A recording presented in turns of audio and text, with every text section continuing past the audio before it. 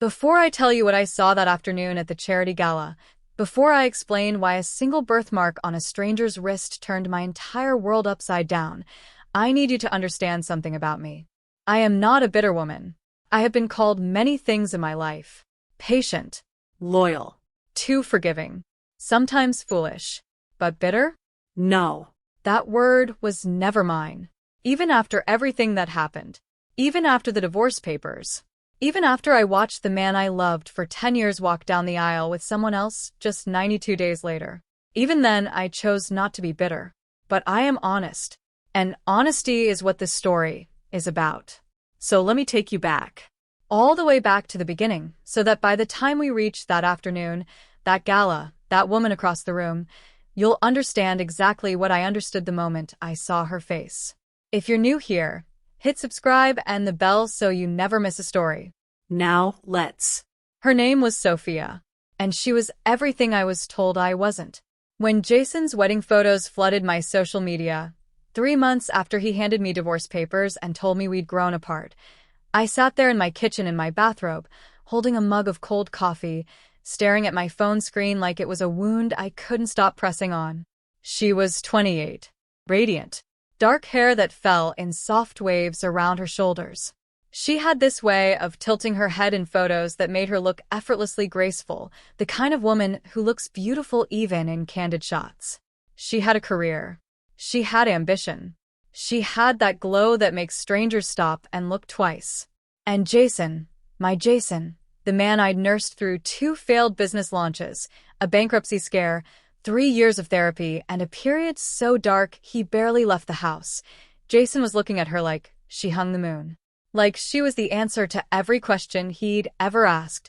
The caption on his Instagram post read, "Finally found my equal. My dream. My forever." I closed the app. I opened it again. I read it 5 more times.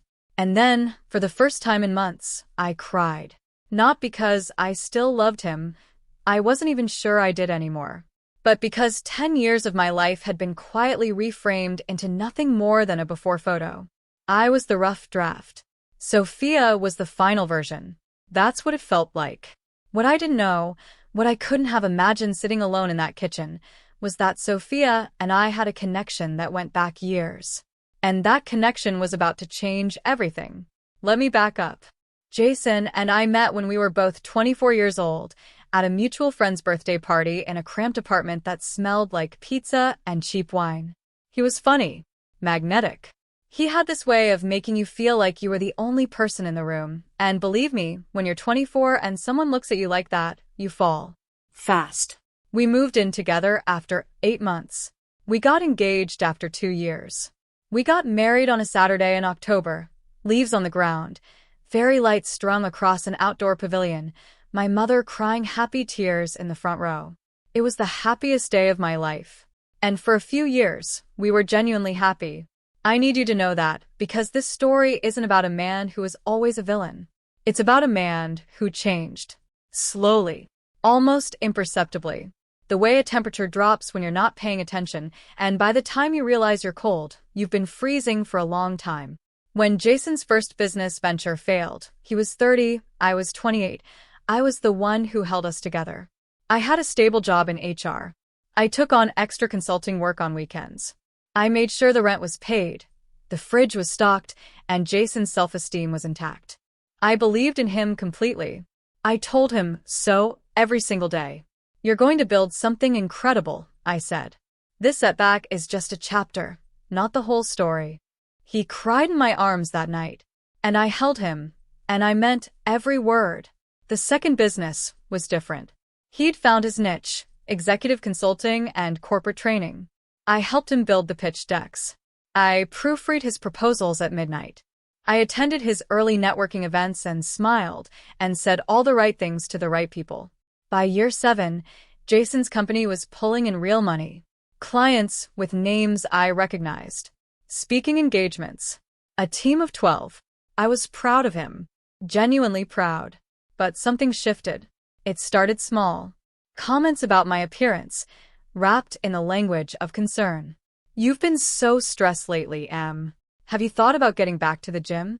Or, I just think you'd feel better about yourself if you updated your style a little.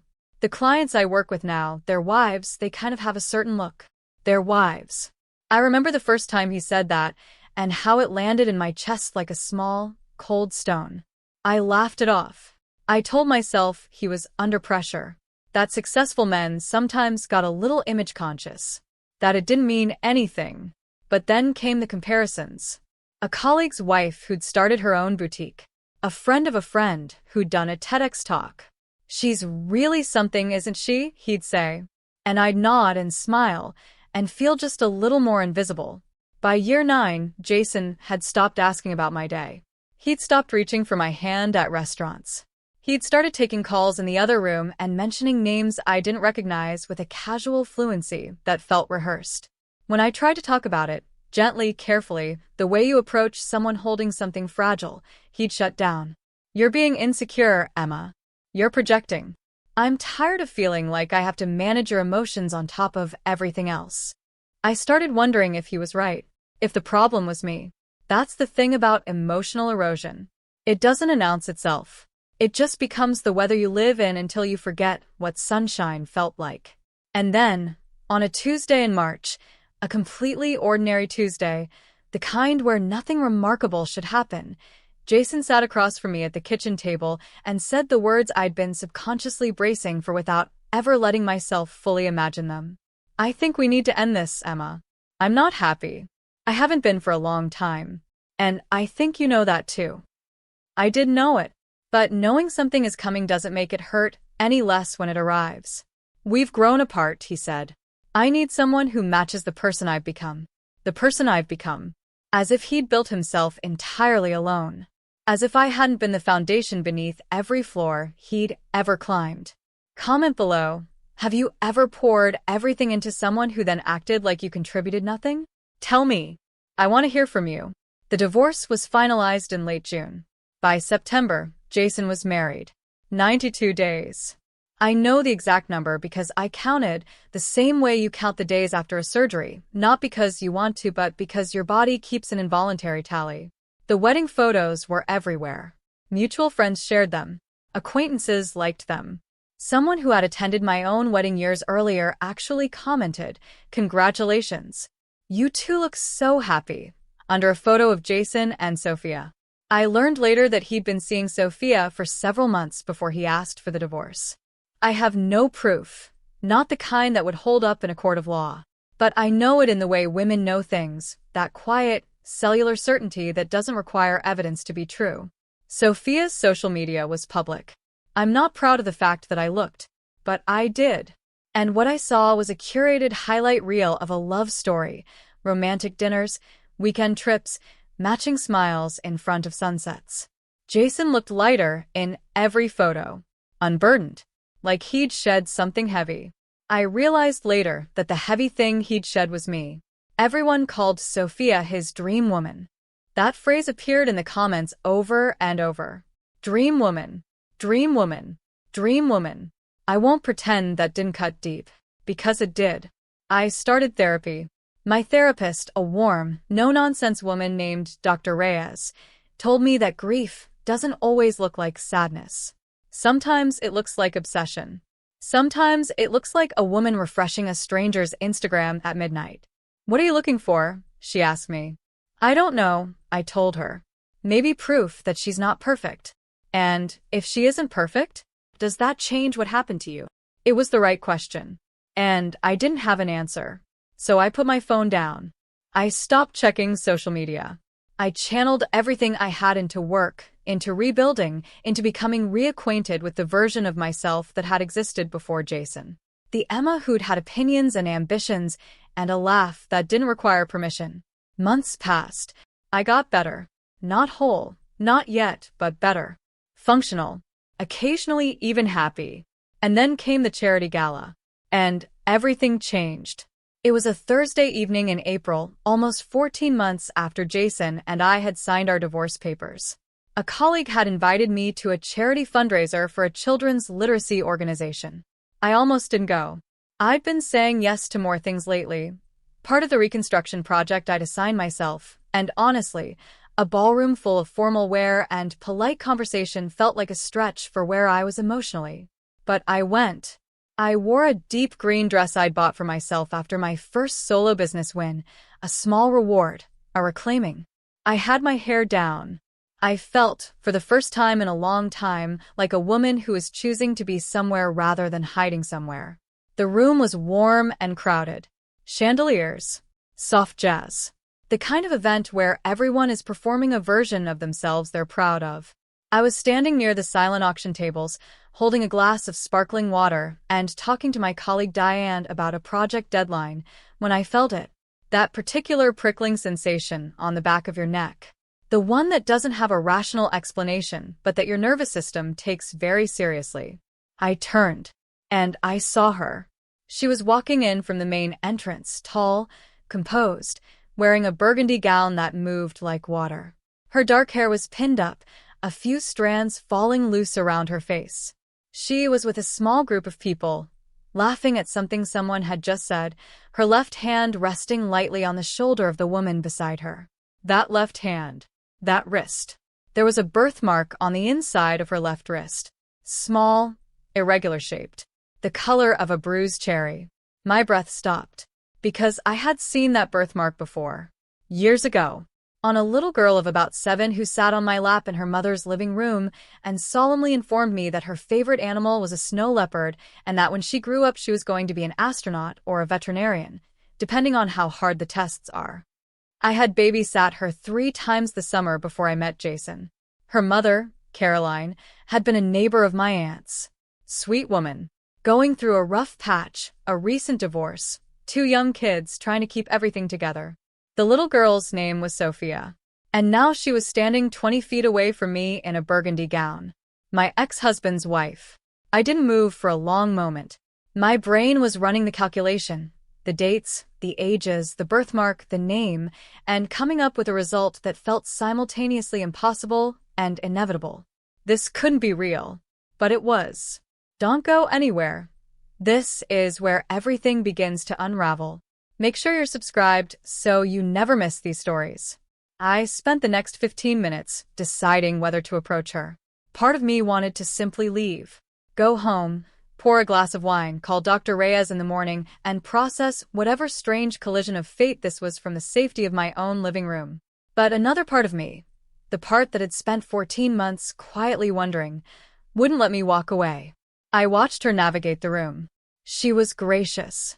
She laughed at the right moments and listened attentively when others spoke. She had the kind of social ease that some people are born with and others spend years constructing. She didn't recognize me. Why would she? She'd been 7 years old. I'd been 22. A lifetime had passed. I eventually maneuvered myself close enough to be introduced through a mutual contact, someone who knew us both peripherally from the nonprofit world. The introduction was casual, unremarkable. Emma, this is Sophia.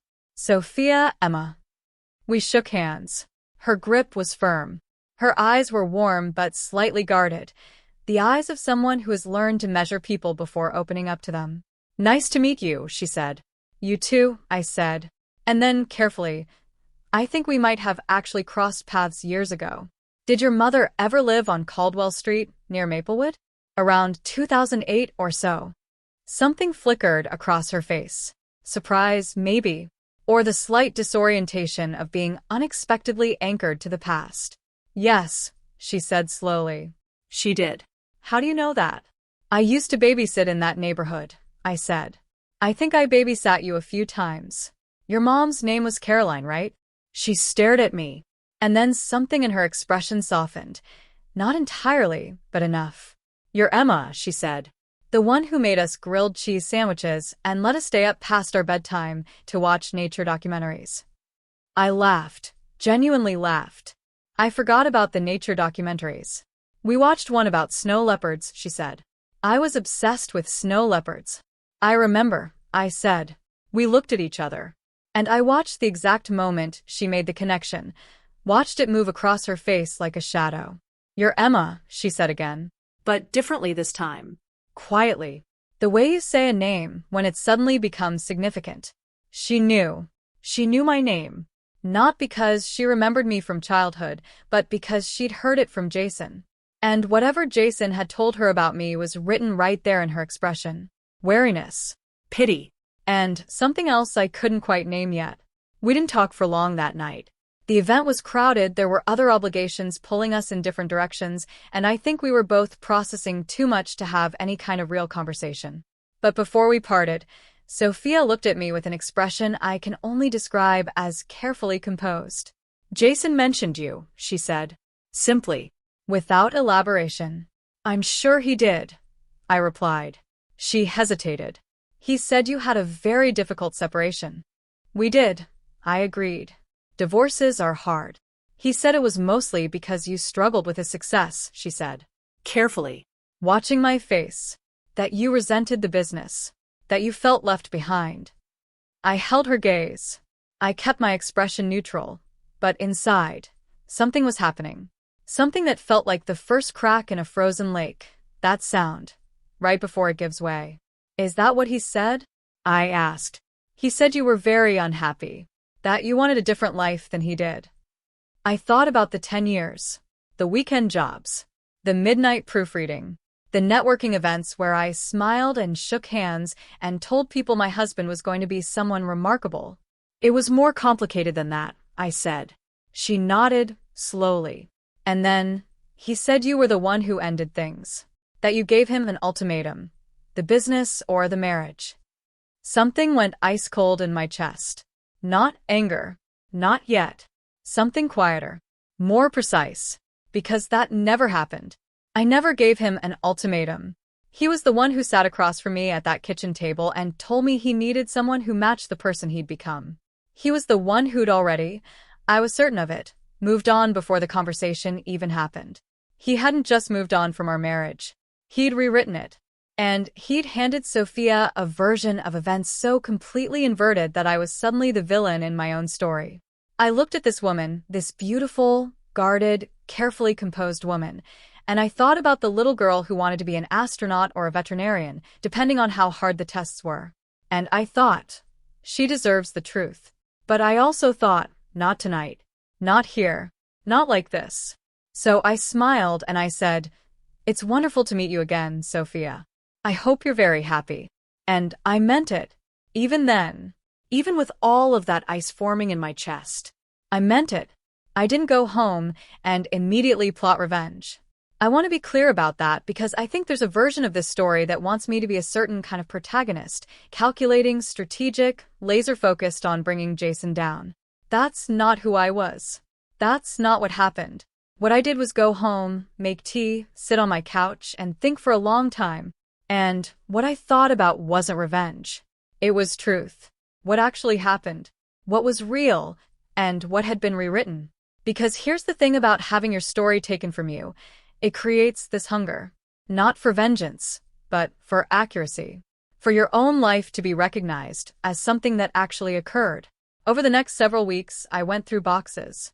I am, by nature, a thorough person. An organized one. The kind of person who keeps receipts and backs up emails and doesn't delete text message threads.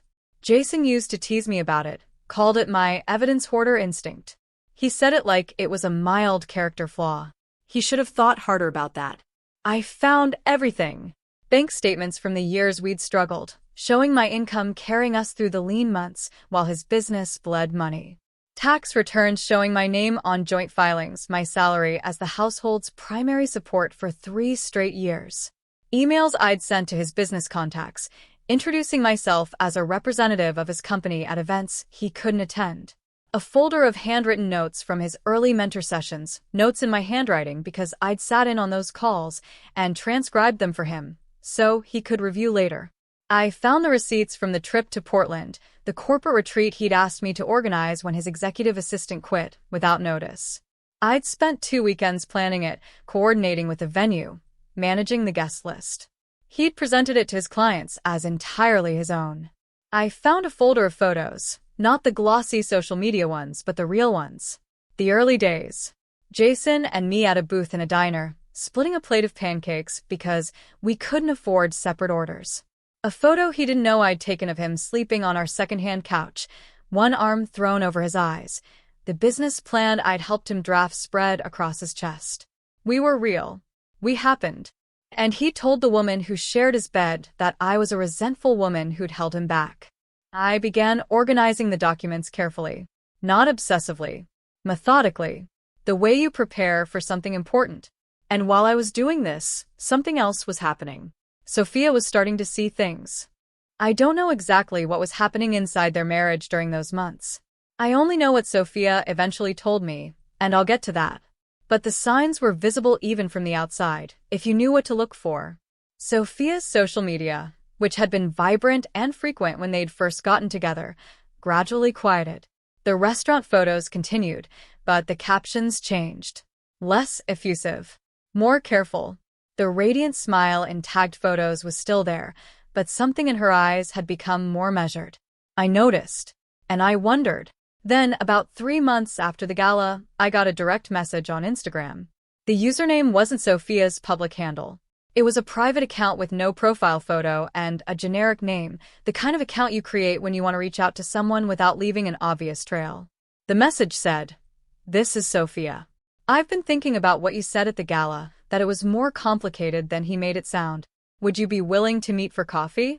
I'm not ready to explain why yet. I just need to hear something from someone who isn't him."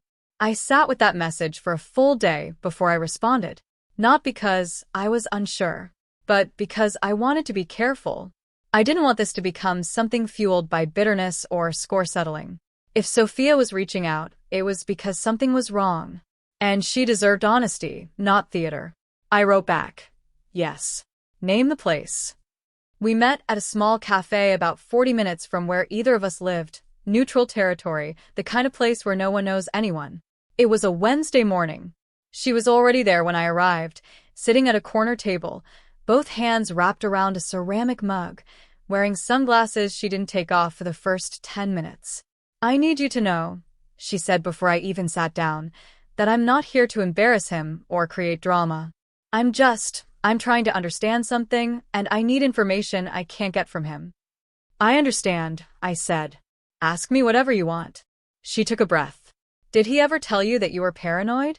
When you brought up concerns?" Something turned over in my stomach. "Yes," I said carefully. "He called it projecting. Or being insecure." She nodded slowly. "Did he ever manage your money? Monitor what you spent?" I thought about the period. It was in year 7, when Jason had insisted we consolidate our finances entirely for efficiency. And how, gradually, I'd found myself having to account for purchases I'd made with my own income. How I'd justified it as a phase. As stress. As something couples do. He suggested we combine accounts, I said. And then he started commenting on what I spent. On things that were mine to spend. Sophia finally took off her sunglasses. Her eyes were red-rimmed. Not from crying right now, from having cried recently, regularly, privately. "He froze my personal credit card last month," she said. "Without telling me. I found out at a store checkout. He said it was a bank error, but I called the bank and they said he'd requested it." I said nothing. I let her continue. "He's been telling me that my work friends are a bad influence. That my career is making me difficult to be close to." "He said the same thing to you, didn't he?" "Not in those words," I said. "But yes, the essence of it." She pressed her lips together. "How long did it take you to see it?" "For what it was." "Longer than it should have," I said honestly. "Because by the time you're deep enough in it, you've already started to believe the version of yourself that he's been building. The one where you're the problem." Something broke, quietly, in Sophia's expression. "He told me you were obsessed with money. That you made him feel small for not providing enough. I worked double shifts so we could keep the apartment during the year his company almost went under," I said. "I have the pay stubs." She stared at me. "He told me you refused to support his business." "I have emails. Client introductions I made. Events I organized. A year of tax returns showing I was his primary financial support while he built it." She set down her mug. "He told me you left him when things got hard." I met her eyes. "He sat across from me at our kitchen table," I said quietly, "and told me he needed someone who matched the person he'd become. He ended it, Sophia. I have friends who were there when I told them." I have a therapist who has been with me since day one. He is the one who walked away. The cafe was quiet around us. Someone nearby was typing on a laptop. A barista was calling out an order at the counter. Sophia looked at me for a long moment, and then she said very softly, "I'm so sorry." For what he did to you. And for believing him. "Don't be sorry for that," I said. He was very convincing. That's part of how it works. If this story is hitting close to home, drop a red heart in the comments. You are not alone. We met 3 more times over the following weeks. Each time, I brought documentation. Not as a weapon, as a record. Proof that the years existed. That the version of events Jason had presented to Sophia was a fabrication designed to make her feel like she'd married a self-made man who'd finally found his equal, rather than a man who'd been built, in significant part, by the woman he discarded. She absorbed everything carefully. She asked questions. She cross-referenced dates. She compared what I was telling her with what she was slowly uncovering on her own. Because Sophia, it turned out, was nobody's fool. She'd started quietly keeping notes. Things Jason said that contradicted themselves. Small inconsistencies that alone meant nothing, but together formed a pattern. Times he'd mention my name with an edge that didn't match the supposedly simple story of a woman who'd left him. "He talks about you more than someone talks about a person they've moved on from," she told me during our 3rd meeting. "Sometimes I think he's still fighting an argument with you in his head." "That tracks," I said. "Because the argument he's been having isn't with me. It's with the truth." She showed me something during that 3rd meeting, a text exchange she'd found on his old phone, backed up to a tablet he'd forgotten she could access. The dates were from 18 months before our divorce was finalized, before I had any idea what was coming. I won't share the specifics because some things belong to the privacy of people involved, even people who behaved badly. But I will tell you this. The messages confirmed what I'd suspected. That the timeline was not what Jason had ever admitted to. That the overlap was real. Sophia was as quiet as I was after she showed me. "I thought I was the love story," she said finally. "The fresh start. The right one." "You were always just next," I said. I didn't mean it cruelly. I said it as plainly and gently as I could, because I thought she deserved the plainness. She nodded. "He's doing it to me, you know. Everything you described. The criticisms about my appearance. The comments about my career. Last week he told me I was becoming less interesting to him." "Less interesting," I repeated. "He said I used to have this quality, this aliveness, and he's worried I'm losing it." I recognized those words. I had heard variations of them. The subtle message that you are depreciating. That you are no longer the high-value asset he selected. That the fault, whatever it is yours. "You're not losing anything," I said. "He's just moving to the next phase. The phase where your diminishment becomes useful to him." She closed her eyes briefly. "What do I do?" "That's entirely your decision," I said. "I can't make it for you. But I can tell you what I wish I'd understood sooner. It doesn't get better. The pattern doesn't change. It just finds a new expression. I didn't orchestrate what happened next. I want to be completely clear about that. Whatever came for Jason, he brought on himself." Sophia spent several weeks after our final meeting making quiet decisions. She spoke with a lawyer. She consulted with a financial advisor who helped her understand what accounts existed and what was hers by right. She reached out to 2 of her closest friends, women she'd been slowly, methodically separated from over the course of the marriage, and told them what she was going through. And then, while she was doing all of this, Jason gave her the final piece she needed. She found messages on his laptop. Not hidden, just open. The way arrogant people leave things when they've come to believe they're untouchable. Messages to a woman named Priya, someone from a conference he'd attended 6 months earlier. The messages weren't casual. They weren't ambiguous. They were the messages of a man who was already, in his mind, looking for his next beginning. Sophia filed for divorce on a Thursday in November. She told me afterward that when she handed Jason the papers, his first reaction wasn't denial or remorse. It was fury. He told her she was making the biggest mistake of her life, that she was throwing away something rare, that no one would ever value her the way he did. That last part, she told me, was probably the truest thing he ever said to me. because the way he values people is as assets. And I'd just stopped being a profitable one. The fallout was significant. Jason's business had been built on a reputation for integrity, the irony of which doesn't escape me.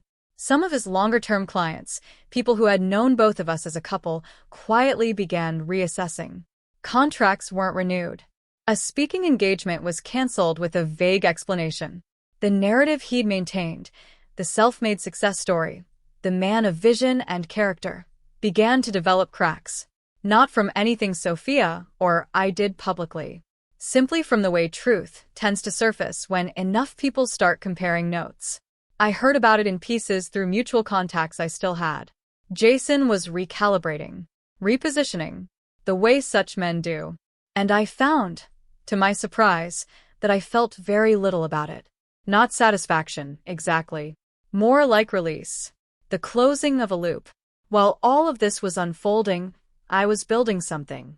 The consulting company I'd started in the year after the divorce, a small HR strategy practice, built on the skills I'd spent a decade using to support someone else's vision, had grown steadily. I had clients I respected and work I was proud of. I had colleagues who called me by name and meant it. I'd moved into an apartment I loved, with windows that let in light in the mornings and a small terrace where I grew tomatoes and basil in the summer. I had friends again, real ones, the kind who show up. I laughed more than I had in the last 4 years of my marriage combined. I wasn't the woman who had sat in a bathrobe staring at wedding photos. I wasn't the woman who'd been told she was becoming less interesting, less matching, less enough. I was, quietly and improbably, exactly who I wanted to be. Dr. Reyes, in one of our last sessions before I felt ready to stop regular appointments, said something I've carried with me ever since. The people who diminish others do it because they need to. Because a person who feels fully themselves is harder to control. You were always your own whole person, Emma. He just needed you to forget that for a while. I thought about that for a long time. I ran into Sophia about 2 years after that first meeting at the gala. Not by accident this time. She'd texted me. She did that occasionally, checking in, sharing updates. She was doing well. She'd thrown herself back into her career with something that sounded like relief more than ambition. She'd reconnected with her friends. She'd moved into a place she described as embarrassingly full of plants. We met for lunch on a Saturday. Not a quiet, careful meeting this time. A real lunch, the kind where you order dessert because you actually want it and the conversation goes long, and the afternoon light shifts across the table while you're still talking. She looked different.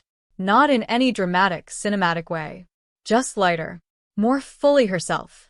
The careful guardedness I'd seen in her eyes at the gala was gone. In its place was something I recognized, the particular quality of a person who has done the hard, unglamorous work of coming back to themselves. At some point, she reached across the table and put her hand on mine. "Can I tell you something?" she said. "Always," I said. She smiled. "The day I met you at the gala, I thought you were the woman who had lost everything. The sad ex-wife. The one who'd been replaced." I laughed softly. "I know. But then I got to know you.